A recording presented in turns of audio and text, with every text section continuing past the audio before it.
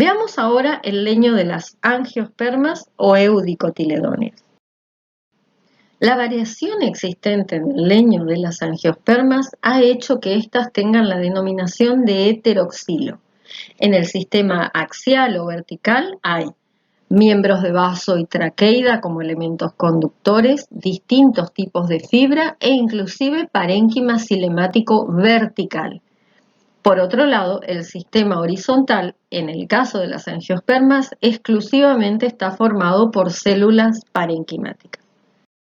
Sin embargo, ahora la presencia de vasos y la presencia de parénquima axial hace que existan numerosos caracteres para considerarlo. Lo primero que hay que considerar son los vasos. Por un lado se va a analizar cómo están agrupados entre sí y cómo se distribuyen en un corte transversal. Luego se analizará la presencia del parénquima axial o vertical, es decir, si está en contacto o no con los vasos, con lo que lo denominaremos paratraqueal o apotraqueal. El tercer set de caracteres a tener en cuenta son los radios. Aquí se ve cuántas células tienen de ancho, si son de una, de dos o de muchas series, e inclusive la forma de sus células si todas son parenquimáticas, del mismo tamaño o de diferencia. Veamos cada uno de estos ejemplos en detalle. Empecemos con los vasos. Primero vemos cómo están agrupados. Esta característica se ve siempre en corte transversal. Aquí tenemos dos maderas, una es de albicia y otra de magnolia. La principal diferencia es que en albicia los vasos se encuentran solitarios, es decir, cada vaso no está en contacto físico con los vecinos. En cambio, en el caso del magnolia, los vasos se encuentran organizados en pequeños grupos, ¿sí?, de 3 o 4 elementos. La segunda característica que tenemos es cómo se distribuyen los vasos en el corte transversal, es decir, cómo se distribuyen a lo largo del anillo de crecimiento. Aquí tenemos una madera, que es el leño de quercus o roble, y podemos ver que hay vasos muy grandes que alternan con vasos muy pequeños. En el caso de los vasos grandes, estos se encuentran en el leño temprano y los vasos más pequeños se encuentran en el leño tardío. Esta alternancia hace que el leño a simple vista tenga muy marcados los anillos. Por esta organización, el leño se denomina poroso anular. Un ejemplo, aquí vemos a simple vista la madera del roble en el que hay poros grandes en el leño temprano y hablamos de poro, es la denominación que recibe en cada vaso en un corte transversal. Esta foto está hecha con muy bajo aumento, ¿sí? Y uno puede ver poros, o sea, vasos muy grandes en el leño temprano y vasos muy pequeños con gran cantidad de fibras en el leño tardío. Es decir, hay un cambio abrupto entre una temporada y la siguiente. Hablamos de porosidad difusa cuando los vasos no tienen una diferencia entre el leño temprano y leño tardío, es decir, están uniformemente distribuidos. Es decir, aquí tenemos leño temprano y leño tardío y no hay una diferencia notable. Esto lo tenemos, por ejemplo, en la madera de Acer, ¿sí? Aquí estas líneas horizontales que implican el cambio de un anillo con el siguiente usualmente están formadas por células parenquimáticas. Ahora, así como tenemos poroso anular y poroso difuso, también hay un leño semiporoso, cuando hay un cambio gradual de tamaño entre los vasos del leño temprano y los del leño tardío. Aquí el ejemplo que tenemos es el árbol del nogal, donde hay vasos grandes en el leño temprano, pero progresivamente decrecen de tamaño hacia el leño tardío o de otoño-invierno. Ahora analicemos el parénquima axial, es decir, aquellas células parenquimáticas que se disponen verticalmente. También las vemos en un corte transversal. Recordemos que son los únicos elementos vivos del xilema secundario. Inclusive pueden llegar a almacenar ciertas sustancias. Tienen paredes secundarias y normalmente tienen puntuaciones simples. Si la célula que está en contacto es un vaso o una traqueida, tendremos pares de puntuaciones semiareoladas. De acuerdo a la relación con los vasos, tendremos parénquima paratraqueal, son aquellas células que están en contacto con un miembro de vaso.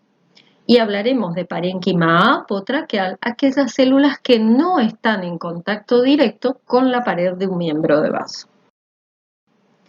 De acuerdo en el corte transversal a donde veamos esas células parenquimáticas, también tendremos distintas distribuciones.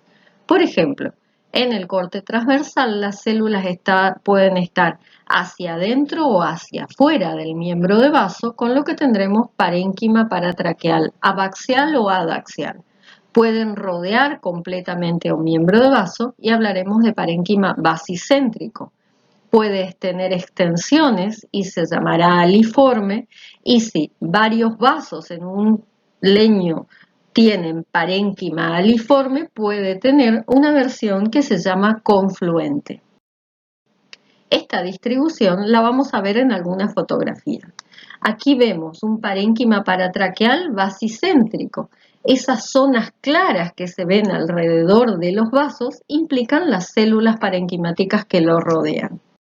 Aquí vemos un parénquima aliforme, con estas pequeñas extensiones de color claro a los costados de los miembros de vaso. También tendremos parénquima confluente. Aquí lo vemos especialmente en el leño tardío, donde todos los vasos pequeños parecen estar unidos por estas células parenquimáticas. Fíjense que estas distintas características de parénquima y su organización en relación a los vasos son los que dan ciertas características a las maderas. Veamos ahora cuando el parénquima no toca a un miembro de vaso.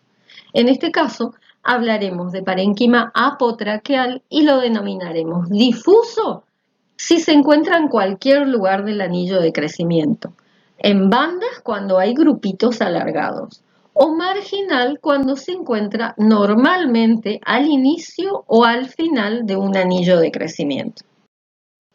Aquí tenemos algunas fotografías, por ejemplo, de un apotraqueal difuso, con células ocasionalmente dispersas en algunos lugares, no tocando un miembro de vaso. También tendremos aquí apotraqueal en bandas. Recordemos que en estos dos casos son células parenquimáticas que no tocan un miembro de vaso.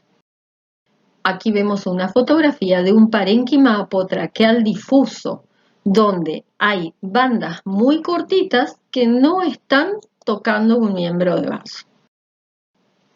Aquí tenemos otro ejemplo del mismo. Hablamos de parénquima apotraqueal marginal cuando estas células se encuentran en el límite de un anillo de crecimiento. Hay un fenómeno relacionado a las células parenquimáticas axiales que están en contacto con un miembro de vaso. Estas tienen la capacidad de meterse por las puntuaciones e invadir el lumen, es decir, la cavidad de un miembro de vaso. Esta invasión provoca la inhabilitación del vaso, es decir, este no puede conducir más agua, se tapona y dicho taponamiento recibe el nombre de tilosis. Lo podemos ver tanto en cortes transversales, aquí tenemos un vaso con todos los engrosamientos de las paredes del parénquima metidos adentro. Y aquí tenemos lo mismo, pero en corte longitudinal. A continuación veremos el parénquima horizontal, es decir, los llamados radios. Estos se aprecian bien en un corte longitudinal radial. En el caso de las eudicotiledonias podemos tener radios homogéneos, donde todas las células están dispuestas en forma procumbente, es decir, acostadas. También puede haber radios heterogéneos. Estos radios están formados, como mencionamos al principio, con una fila de células erectas seguido de varias filas de células procumbentes. Se ven muy claramente en un corte longitudinal radial, sin embargo, también se pueden ver en un corte longitudinal tangencial, donde al principio y al final de cada radio se pueden ver estas células erectas. Otra cuestión es cuántas filas o series tiene de ancho un radio. Y así tenemos la clasificación en radios uniseriados cuando tienen una sola fila de ancho, multiseriados cuando tienen muchas filas de ancho y biseriados cuando tienen dos.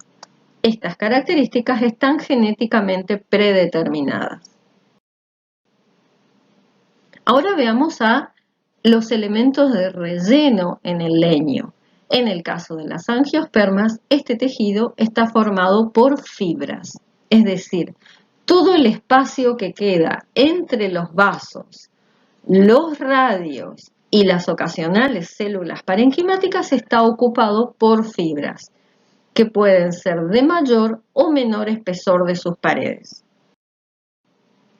Como siempre, encontramos información ampliada de este tema en los hipertextos de botánica morfológica.